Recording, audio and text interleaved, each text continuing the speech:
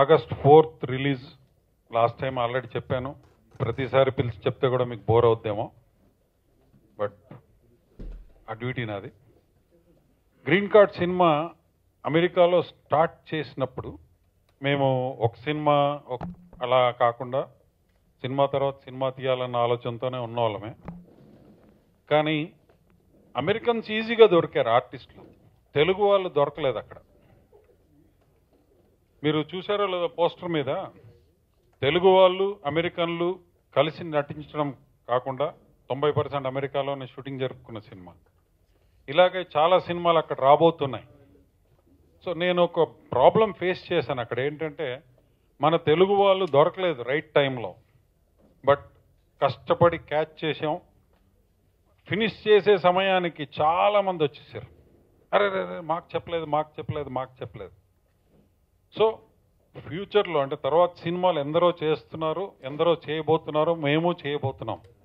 దానికి అలాంటి ప్రాబ్లం రాకూడదని మా టీం, దాంట్లో మా ప్రొడ్యూసర్లు అలాగే స్నేహితులు వీళ్ళందరూ కలిసి ఒకటి, ఇక్కడ ఎలాగైతే మూవీ ఆర్టిస్ట్ అసోసియేషన్ ఉందో అమెరికాలో కూడా NRI movie artist association open చేశారు. నాకు తెలిసి మన ఆర్టిస్టులు ఎవరైతే అక్కడ ప్యాషన్ ఉంది కానీ తెలుగు సినిమాలు యాక్ట్ చేయాలంటే ఇండియాకి వెళ్ళాలా అనుకునే వాళ్ళకి ఒక మంచి అవకాశం. అలాగే ఇక్కడి నుండి అక్కడికి రావాలనుకునే వాళ్ళకు కూడా, అంటే మన సంస్థ ఏ స్టేజ్కి వెళ్ళబోతుందంటే ఎన్ఆర్ఐ మూవీ ఆర్టిస్ట్ అసోసియేషన్ ఒకరోజు వీళ్ళు లెటర్ ఇస్తే ఇక్కడ నుండి కూడా వీసాలు వచ్చే స్టేజ్కి వెళ్తుంది, మీ అందరి ఆశీర్వాదం ఉంటే. సో దాన్ని ఆ లోగో లాంచ్ చేసి ఆ తర్వాత మన గ్రీన్ కార్డ్ గురించి మాట్లాడదాం.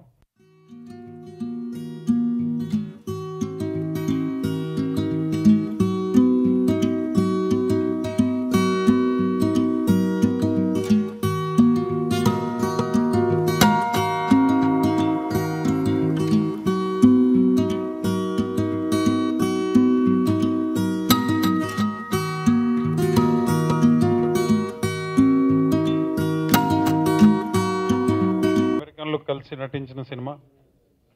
అందుకనే మా స్నేహితుడు మాథ్యూస్ గారు వాళ్ళ వైఫ్ యాంజల్ గారిని కూడా ఈరోజు పిలవడం జరిగింది. చాలా రోజులుగా రావాలి వాళ్ళు, బట్ అమెరికా అటు ఇటు తిరుగుతూ బిజీ ఉన్న కారణంగా ఈరోజు వచ్చారు. దాని గురించి మాథ్యూస్ గారు మీ గురించి కాస్త చెప్పి. కార్డ్ అనే మూవీ రమణ గారు తీస్తా ఉన్నారు. మరి మీ యొక్క కోఆపరేషన్ ద్వారా ఒక మెసేజ్ వెళ్తా ఉంది, మన ప్రపంచానికి మన కంట్రీకి ఒక మెసేజ్ మనము ఇవ్వాలి. కాబట్టి మంచి మెసేజ్ మీరందరూ మరి దీన్ని అడ్వర్టైజ్ చేసి మరి ఈ యొక్క మూవీని మీరు ఒక స్థాయికి తెస్తారని నేను మనవి చేస్తా ఉన్నాను. మరి ముఖ్యంగా ఈ యొక్క స్టేజ్ మరి ఇచ్చినందుకు దేవునికి మరి మీకు కృతజ్ఞతలు చెల్లించుకుంటూ, మరి మా తరఫు నుండి మేము ఎలాంటి సహాయం చేయాలంటే కూడా మేము ముందుకు వస్తాము. మరి మా యొక్క ఫ్రెండ్ని మరి మేము ఆల్ ద బెస్ట్ చెప్పుకుంటూ, God bless you and we hope that this movie will be a great grand success. చాలా మంది ఇండియా గ్రీన్ కార్డ్ డ్రీమ్ మళ్ళీ అమెరికా డ్రీమ్ చేస్తారు. I think it's easy for people to have a wrong idea about America, that it's the land where only your dreams come true. And India is that place also. So we don't want people to only think that only when you step foot in America, then that's where all the magic happens. So, Andru Indians, America lo millionaires kadu. Chala mandi America lo struggle chestanaru. It's very tough. It's not just easy. So many people go to America thinking it's going to be so easy, and it's really not. So I think it's good that people are going to get to see really an idea of the struggle, not just in America, but how to get to America, what families go through getting their kids there. So much is there. I feel this movie is going to be such a big hit. ఇక్కడ మన stage మీదే రెండు కథలు ఉన్నాయి. ఒకటి, Mathews గారు ఇండియాలో పుట్టి అమెరికా వెళ్ళి ఏంజల్ గారిని పెళ్లి చేసుకుని అక్కడ పరిస్థితులన్నీ చూసి, లేదు నేను నా దేశానికి ఏదో ఒకటి చెయ్యాలి అని వెనక్కి తిరిగి వచ్చేసారు. ఇక్కడ అద్భుతంగా 1000 మంది అనాథ పిల్లలకు కానీ వాళ్ళకి కానీ వాళ్ళు ఐఏఎస్లుగా ఐపీఎస్లుగా తయారు చేశారు. అటు రమ్స్ గారు ఇండియాలో ఉండి అమెరికా వెళ్ళిపోయి అమెరికా నుంచి తెలుగు సినిమా మనం ఎందుకు తీయకూడదు, ఆయనకి మొదటి నుంచి సినిమా పిచ్చ ఉంది, డైరెక్షన్ కూడా ఉంది, అందుకని ఈ గ్రీన్ కార్డ్ అనే సినిమాని మొదలుపెట్టారు. మొదలుపెట్టి ముందు అమెరికన్స్తో స్టార్ట్ చేశారు. అక్కడ చేసిన తర్వాత ఇలా కాదు, మనం ఇండియన్స్ని అమెరికన్స్ని కలిపి చేస్తే ఎలా ఉంటుంది గ్రీన్ కార్డు అని. తెలవాల్సింది కష్టాలు ఎవరికాయంటే ఇండియన్స్కి. అమెరికాలో ఏం కష్టాలు పడుతున్నారు, ఇక్కడి నుంచి వెళ్ళి గ్రీన్ కార్డు మీద. గ్రీన్ కార్డు బెటరా, ఆధార్ కార్డు బెటరా అనే దాని మీద ఒక కథ రాసి, ఇది రియల్ స్టోరీ, జరిగిన కథ, జరుగుతున్న కథ, జరిగిపోయిన కథ కాదు. అందరికీ, ఇటు యూత్కి అటు పెద్దవాళ్ళకి కనెక్ట్ అయ్యేలా ఈ సినిమాని తీశారు.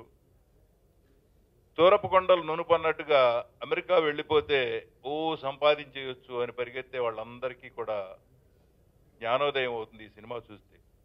అమెరికా వెళ్ళిన ప్రతివాడు మిలియనీర్ అవ్వడం, అక్కడ లేబర్ కన్నా ఎక్కువగా కష్టపడి పనిచేస్తే వచ్చే డాలర్స్ ఇంటికాడ తల్లిదండ్రులకు పంపించి అక్కడ ఒక రూమ్లో ఉంటూ వండుకొని తింటూ నానా బాధలు పడతారు. కానీ అమెరికా పిచ్చ మీద అమెరికా వెళ్ళిపోతారు. అందుకే ఈ గ్రీన్ కార్డ్ సినిమా తీశాడు ఈయన. ఇది ఆగస్టు 4న రిలీజ్ చేస్తున్నారు ఆంధ్రప్రదేశ్ అన్ని థియేటర్లో. అమెరికాలో కూడా అదే రోజు విడుదలవుతోంది.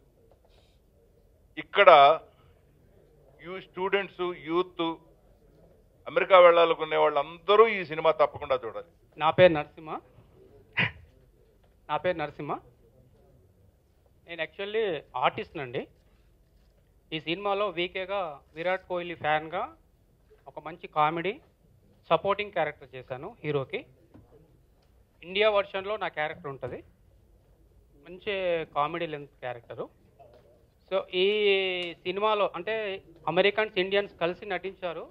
ఒక మంచి సినిమా కాబోతుంది. ఎందుకంటే ఒక నేను 3 times చూశాను ఈ సినిమా. అంటే ప్రతిసారి మన సినిమా బాగుందని చెప్పుకుంటాం, కానీ ఇది చూసిన తర్వాత థియేటర్ నుంచి ఆడియన్స్ బయటకు వెళ్ళినాక నేను ఈరోజు చెప్పిన కామెంట్ చేస్తారు. 100% నాకు తెలుసు అది. సో ఇంత మంచి అవకాశం నాకు ఇచ్చినందుకు మా డైరెక్టర్ గారికి థ్యాంక్స్ చెప్తున్నాను. అదేవిధంగా ఒక చెట్టు పచ్చగా ఉంటే 4గురికి నీడనిస్తుంది. సో దాని తర్వాత ఎంతోమందికి అది ఇంకో రకంగా ఉపయోగపడుతుంది. అదేవిధంగా సింహ ప్రొడక్షన్లో గ్రీన్ కార్డ్ అనే సినిమా కొత్తది. సో ఈ సినిమాలో గ్రీన్ కార్డ్ సినిమా సక్సెస్ కావడానికి మా సార్ చలపతిరావు గారు చాలా సపోర్ట్ చేశారు. ఆయనకు నేను చాలా కృతజ్ఞతలు తెలియజేసుకుంటున్నాను. ఎందుకంటే మా ప్రొడ్యూసర్ గారు యూఎస్లో ఉంటారు. నేను ఇంకొక రోల్ ప్లే చేశాను దీంట్లో, ఎగ్జిక్యూటివ్ ప్రొడ్యూసర్గా. ఎలాగంటే నేను ఆర్టిస్ట్ని, నెక్స్ట్ కూడా నేను ఆర్టిస్ట్గానే వెలుగొందాలి. చేసే ప్రతి ట్రాన్సాక్షన్ క్యాష్ రూపంలో కాకుండా ఈ క్యాష్ రూపంలో జరగాలన్నమాట. అయితే ఇది అంత సులభమైన పనేమీ కాదు, చాలా చేయాలి. ప్రతి ఒక్కరిని ఎడ్యుకేట్ చేయాలి, చాలా డిజిటల్ ఎక్విప్మెంట్స్ ప్రజలకు అందుబాటులోకి తేవాలి. ఇదంతా అయ్యే పని కాదు అనుకుంటే మాత్రం పొరపాటే. క్యాష్లెస్ కంట్రీ అంటే చేతులతో డబ్బు మార్పిడి లేకుండా కేవలం ఆన్లైన్ ట్రాన్సాక్షన్స్, ఆన్లైన్లోనే చెల్లింపులు, వ్యాపారాలు చేయడం.